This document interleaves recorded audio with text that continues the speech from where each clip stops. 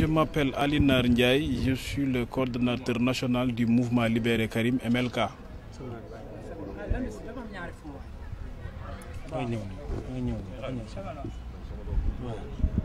Est-ce que vous pouvez revenir sur l'objet de votre visite d'aujourd'hui à Touba, plus précisément auprès du Khalife général des Mourides? Je vous remercie.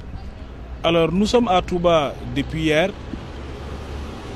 dans le cadre de ce qui est communément appelé la situation de Karim Wade présentement. Nous avons été très bien reçus par le Khalife et sa famille. Nous avons été logés ici même à la résidence des hôtes où nous avons été très bien traités.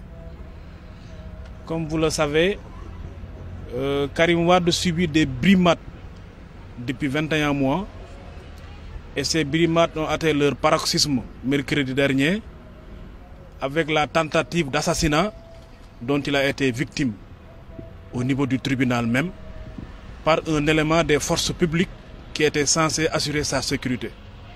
Par conséquent, Karim Wade n'est plus en sécurité en prison.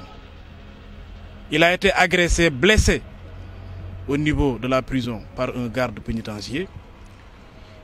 Ses droits ont été constamment violés par la CREI à travers son président Henri Grégoire Diop. Ses avocats sont privés de parole au niveau des audiences. Ses avocats ont été expulsés de la salle par le même Henri Grégoire Diop à travers M. Amadou Sall. Aujourd'hui, Karim Wade est seul. Il n'a plus de droits. Aujourd'hui, même les assises-arts ont plus de droits que Karim Wade. Même les criminels ont plus de droits que Karim Wade. Toute situation qui ont fait que Karim Wade a pris la décision dure, radicale, de se priver de manger et de boire à travers une grève de la faim qu'il a démarré depuis le mercredi dernier, dans la nuit. Et ce qu'a dit le Khalife général des Mourides par rapport à cette grève? Alors, Karim Wade est musulman. Karim Wade est mouride. Et je prends en témoin ces condisciples de Rebeuss qui peuvent prouver son ancrage dans la religion musulmane, son appartenance à sa confrérie mouride. Karim Wade ne s'est pas lancé dans une tentative de suicide. Loin de là.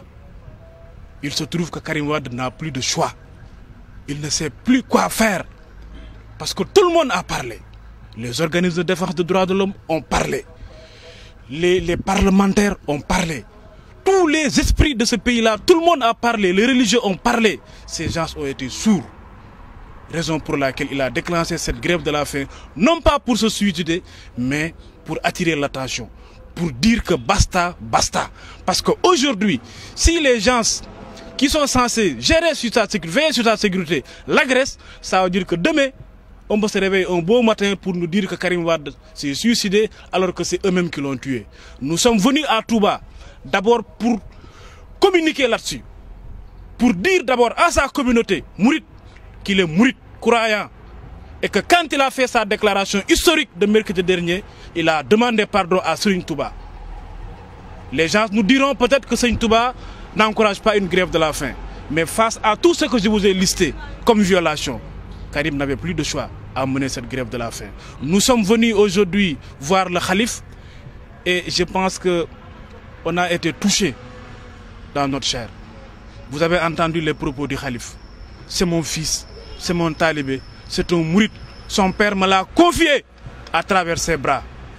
Dites-lui d'arrêter cette grève de la faim et que sa situation, rien n'en découlera. Ces gens ne peuvent absolument rien contre Karim. C'est le propos de Seigne Sidi Makhtar. Je suis derrière son domicile et ces propos seront montrés à l'opinion publique. Par conséquent, nous rentrons à Dakar satisfaits parce que le Khalife est plus que indigné.